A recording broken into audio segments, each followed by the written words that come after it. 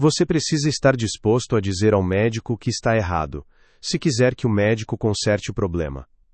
Você e eu precisamos estar dispostos a dizer a Deus o que está errado com nossas atitudes, nossas ações, o que fizemos, o que dissemos que bloquearia a comunhão com Ele, se quisermos ouvir uma resposta do céu. Em Isaías capítulo 58, o profeta fala aos filhos de Israel, e ele fala conosco hoje, sobre como afiar seus atos espirituais para realizar mais. É a passagem mais longa nas Escrituras sobre jejum. A Bíblia faz referência ao jejum por toda parte. No seu guia espiritual, eu vou listar uma lista inteira de passagens, porque as pessoas jejuavam por diferentes tipos de situações em toda a Bíblia. Solteiros jejuavam por um cônjuge. Quando as pessoas estavam em apuros, elas jejuavam por alívio do problema. Todo tipo de cenário pedia por isso. Mas era um tempo em que eles deixavam de lado o físico, a fim de ganhar algo mais importante no espiritual. O jejum pode ser definido como a abstinência deliberada de alguma forma de gratificação física, por um período de tempo, a fim de ativar um objetivo espiritual maior, ou para alcançar um objetivo espiritual maior. Zacarias capítulo 7 versículos 5 e 6 diz: Jejuastes para mim, quando comeis, comeis para vós mesmos. Nós comemos para o nosso bem-estar físico, para o nosso valor nutricional. Mas ele diz, quando você jejua, quando você intencionalmente abre mão do físico para ganhar o espiritual, você faz isso para Deus. E assim Jesus enfatizou que na sua ausência, após sua morte, ressurreição e ascensão, vocês jejuarão até que eu venha novamente. Porque se você precisa que algo aconteça no físico, você vai precisar ter um machado afiado no espiritual. Amém? E esse machado afiado é quando você adiciona jejum à oração. Eu estava falando para um grupo, aqui recentemente, e quando eu falava para o grupo, uma mãe tinha um bebê em seus braços. E o bebê interrompeu a reunião porque começou a chorar e a criar todo tipo de distração no ambiente. Então estou tentando falar com este grupo. Eles estão distraídos. Eu estou distraído. O bebê estava com fome. O bebê queria comida. E o bebê estava com fome e desesperado. Já é ruim se um bebê está com fome. Mas se um bebê está com fome e desesperado, o bebê vai virar o lugar de cabeça para baixo. A mãe, reconhecendo que havia uma grande perturbação, tentou pacificar o bebê. Ela foi lá e pegou uma chupeta, que é chamada de comida falsa. Uma chupeta é projetada para te calar, enquanto não te beneficia em nada. Uma chupeta é notícia falsa. A chupeta é projetada para fazer você pensar que algo está acontecendo, porque você está realizando a tarefa. Você está sugando e sugando e sugando e sugando e sugando. Então talvez se você sugar forte o suficiente e por tempo suficiente, você pensa que algo está acontecendo na sua vida. Muito jejum falso acontece onde você pode apenas cumprir tabela para se pacificar, e fazer você pensar que é espiritual. Amém? Fazer você pensar que está avançando. Há muita adoração pacificadora acontecendo, porque eu fui à igreja, devo ser espiritual ou estar ficando perto de Deus? Bem, a maneira de saber que você foi pacificado é que você ainda está com fome depois de ter feito o trabalho. Deus quer que tenhamos fome, mas Ele quer que tenhamos fome dele. Ele quer que haja uma fome por Deus. E assim Isaías escreve. E o povo tinha uma pergunta. Versículo 3 de Isaías capítulo 58. Por que jejuamos nós, e tu não atentas para isso? Por que afligimos a nossa alma, e tu não o sabes? Eis que, no dia do vosso jejum, buscais o vosso próprio desejo. Em outras palavras, nós viemos a ti, dizemos o que queremos, dizemos o que precisamos, entregamos nossos desejos, e não ouvimos nada. Então nós cumprimos o dever. Nós fizemos o que o Senhor nos pediu para fazer, cumprimos o que o Senhor exigiu, mas o céu não está respondendo. O céu não está nos respondendo. O jejum deve dizer que o espiritual é mais importante que o físico, que o sobrenatural é mais importante que o natural.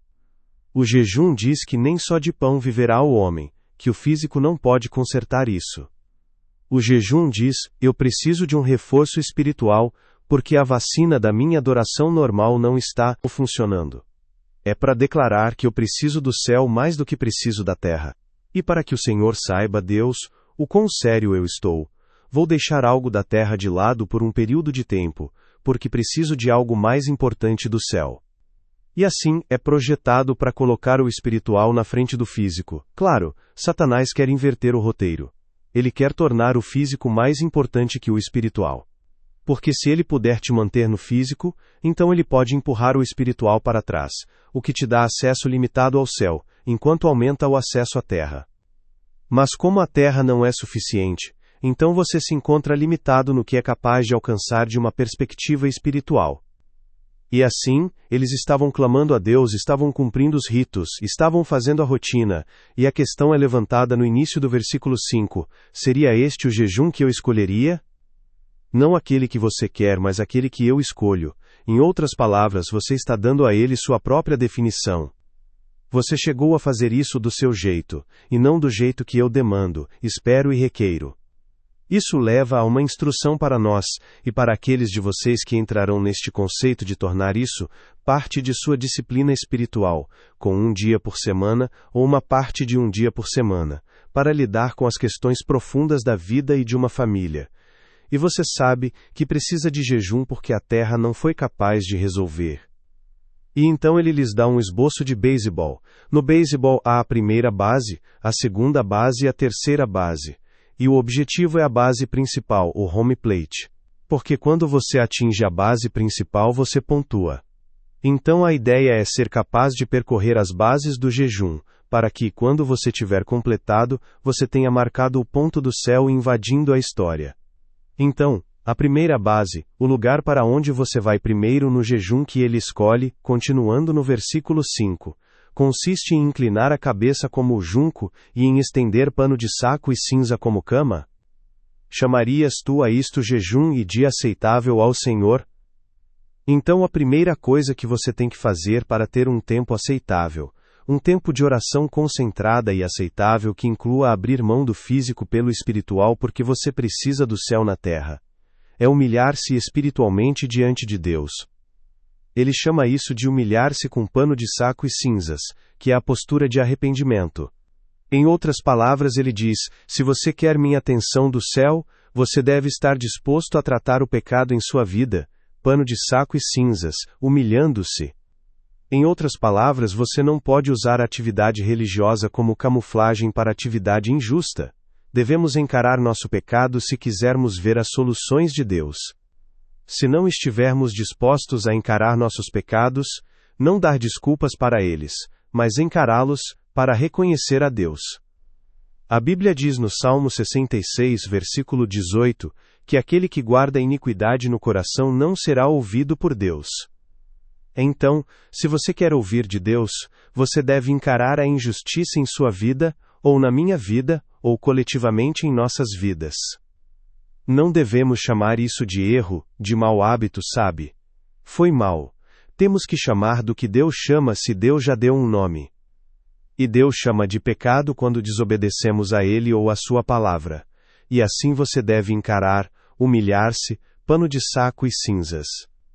É a postura de arrependimento e ele diz: este é o dia que eu aprovo, que eu aceito. Provavelmente há algumas pessoas aqui que evitam a balança. Se alguém perguntasse a você, você subiu na balança ultimamente? Você diria não. E há outras pessoas que sobem nela e se inclinam. Uma razão pela qual as pessoas não sobem nela ou sobem e se inclinam, é que elas não querem encarar a verdade. Elas não querem que seja revelado que voltaram para a carne e a sobremesa. Você não quer que seja revelado que a balança está subindo e não descendo, pensando que de alguma forma, não subir na balança, está mudando alguma coisa. Que se inclinar nela, fazendo-a mentir, mudou alguma coisa. É uma falta de vontade de encarar a realidade que nos impede de obter o benefício. Você precisa estar disposto a dizer ao médico o que está errado se quiser que o médico conserte. Você e eu precisamos estar dispostos a dizer a Deus o que está errado com nossas atitudes, nossas ações, o que fizemos, o que dissemos que bloquearia a comunhão com Ele, se quisermos ouvir do céu, de acordo com o Salmo 66, 18. Então, sabe, quando você quer reformar algo, você tem que estar disposto a arrancar coisas e fazer uma bagunça antes de poder colocar coisas novas. E muitos de nós queremos que Deus reforme nossas circunstâncias, quando não queremos que Ele arranque nosso pecado. Amém. E se Ele não for livre para arrancar nossa injustiça, Ele não é livre para reformar nossas vidas, e colocá-las na ordem que queremos que estejam, precisamos que estejam, e pedimos que estejam. Muitos de nós já fizemos colonoscopias, essa não é uma situação divertida, a colonoscopia não é um daqueles exames pelos quais você anseia. Mas até que o médico consiga se livrar da sujeira, ele não consegue ver, ou ela não consegue ver, e remover os pólipos que podem produzir o câncer. E assim, embora seja um processo desconfortável e um exame desconfortável, é necessário para ter um cólon saudável e proporcionar uma vida livre de câncer, da perspectiva do cólon. Deus está nos convidando para colonoscopias espirituais. Ele está dizendo: eu quero limpar o pecado para que eu seja livre para produzir o que você precisa em sua vida através do jejum que eu escolho. Não aquele que você quer, mas aquele que eu escolho.